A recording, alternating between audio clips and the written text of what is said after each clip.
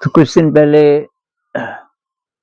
किसी मित्र ने पूछा था कि आपकी सिंप्लिसिटी का राज क्या है?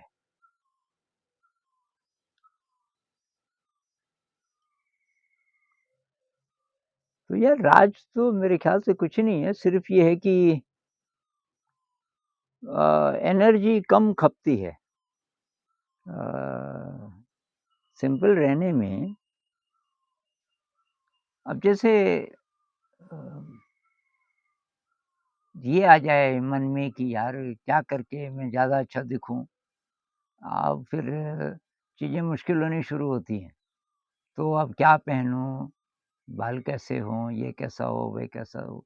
तो ये अगर मन में बैठ जाए कि ज़्यादा अच्छा बनना है, ज़्यादा अच्छा दिखना है इस चक्कर में बहुत एनर्जी वेस्ट होती है और फिर वो सैटिस्फाइड हम होते भी नहीं क्योंकि अब लोग कपड़े बदलते रहते हैं कि ये ठीक रहेगा, ये ठीक रहेगा। अ, तो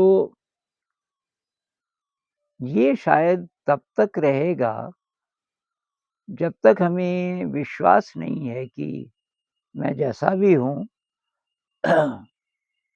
किसी को अच्छा लगा, ना लगा, कोई हँसेगा कोई सोचेगा ये ऐसे ही है ये, तो कोई फ़र्क नहीं पड़े आप पे।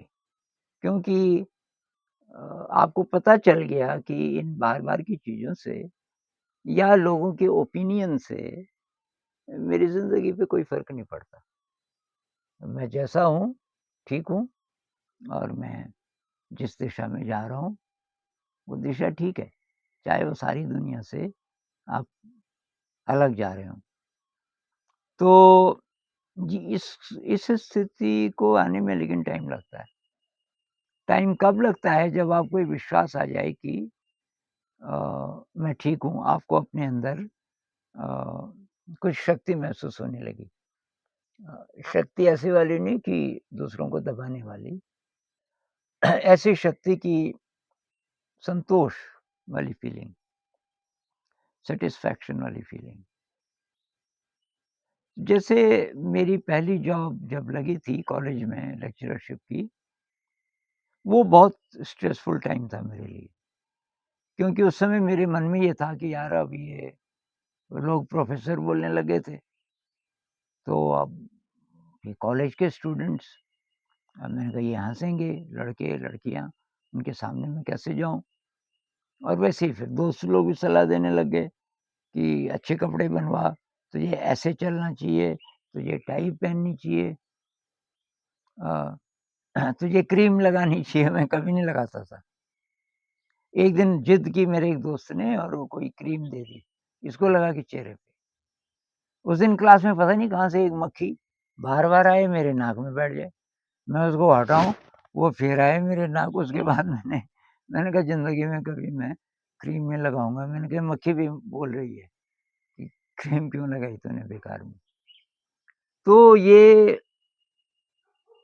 2 चीज़ें हैं, एक तो बाहर के जगत में आप कुछ न कुछ तो कर ही रहे होंगे अपनी आजीविका के लिए। तो अगर वो रास्ता अलग-सा है, एकदम ऐसा है कि आपके परिवार वाले भी पसंद नहीं कर रहे और बहुत सारे जो आपके बहुत क्लोज़ हैं वो धिक्कार रहे हैं, तेरे को पढ़ाया-लिखाया, इतना पैसा खर्च किया, इतनी उम्मीदें थी, अब तो ना पैसा कमाता ना मेरे लिए ऐसा ओपिनियन होता था। लेकिन तब तक मुझे पता चल गया था भई मुझे जो करना है, मुझे तो वही करना है।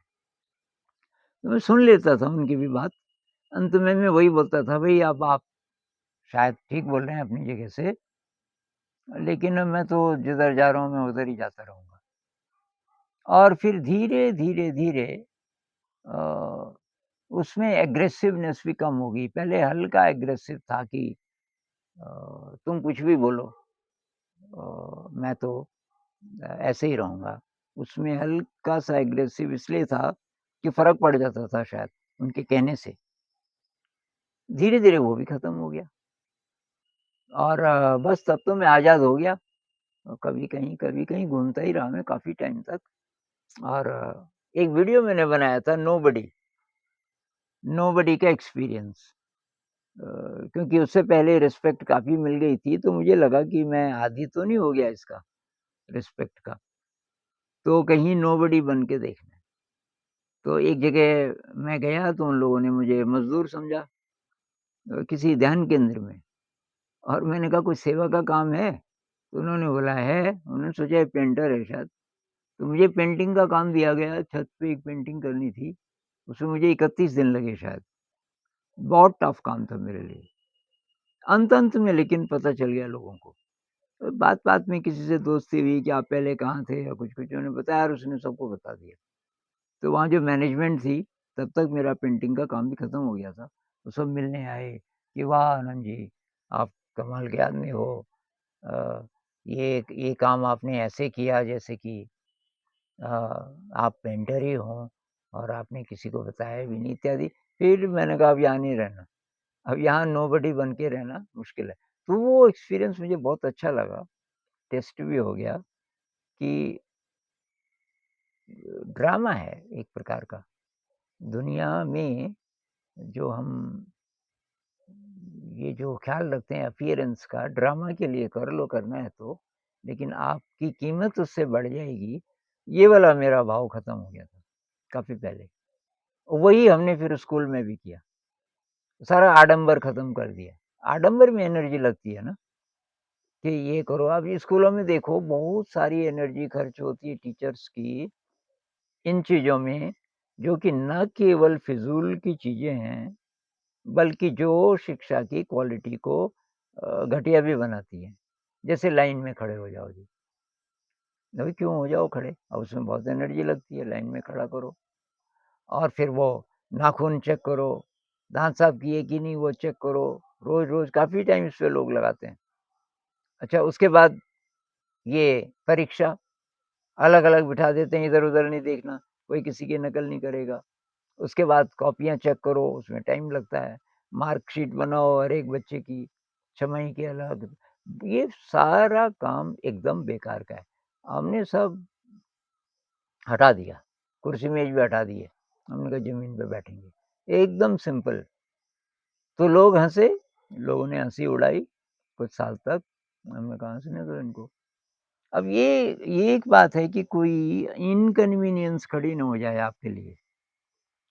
आपको कोई परेशान ना करने लगे, तो उसका तो ख़्याल रखना पड़ता है। कोई ऐसा काम ना हम करने लग जाएँ, ऐसे हिसाब से ना रहने लग जाएँ कि लोग हमें परेशान करने लगें। तो उतना छोटा-मोटा आडंबर करना पड़े।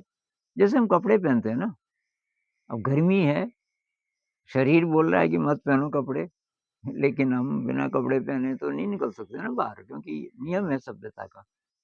इसी तरीके से कुछ ऐसी चीज़ें करनी पड़ सकती हैं जिससे सुविधा हो, तो उसको नाटक की तरह कर लो। भाई नाटक है एक प्रकार का, इसमें अ, थोड़ा बहुत नाटकीयता लानी पड़ेगी। लेकिन जहाँ तक हो सके कोई आडंबर नहीं, कोई आडंबर नहीं तो आडंबर पे जो आपकी एनर्जी खर्च हो रही है वो बचेगी। तो कुल मिलाकर के ये कि आपको अपने अंदर की शक्तियाँ बढ़ानी पड़ेंगी। आपकी अंदर की क्वालिटी बढ़ानी पड़ेंगी लोगों को दिखाने के लिए नहीं, बल्कि इसलिए कि आपकी ज़िंदगी में रस बढ़ रहा है, क्रिएटिविटी बढ़ रही है और आपकी ये जो यात्रा है अ, ये अंदर की जो यात्रा है, ये क्लियर है आपको कि यही मेरी यात्रा है और इसी में आगे बढ़ना है, तो इससे शक्ति बढ़ती जाती है। शक्ति बढ़ती जाती है, तो दुनिया के साथ आप आसानी से निभा भी सकते हो और बिना आडंबर के। और आडंबर पे कुछ खर्च नहीं होगा, तब आप जैसे हो, अंदर वैसे बाहर हो, तो इसमें तो बहुत आसानी है ना। आप जैसे भी हो, आप कुछ और बनने की आप कोशिश ही नहीं कर रहे हो, कहीं ज़रूरत ही नहीं महसूस हो रही। तो फिर एनर्जी बचेगी बहुत सारी, उस एनर्जी का तब सदुपयोग होगा, अच्छी चीज़ें सीखने में, क्रिएटिविटी में, ज़िंदगी में और रस लाने में।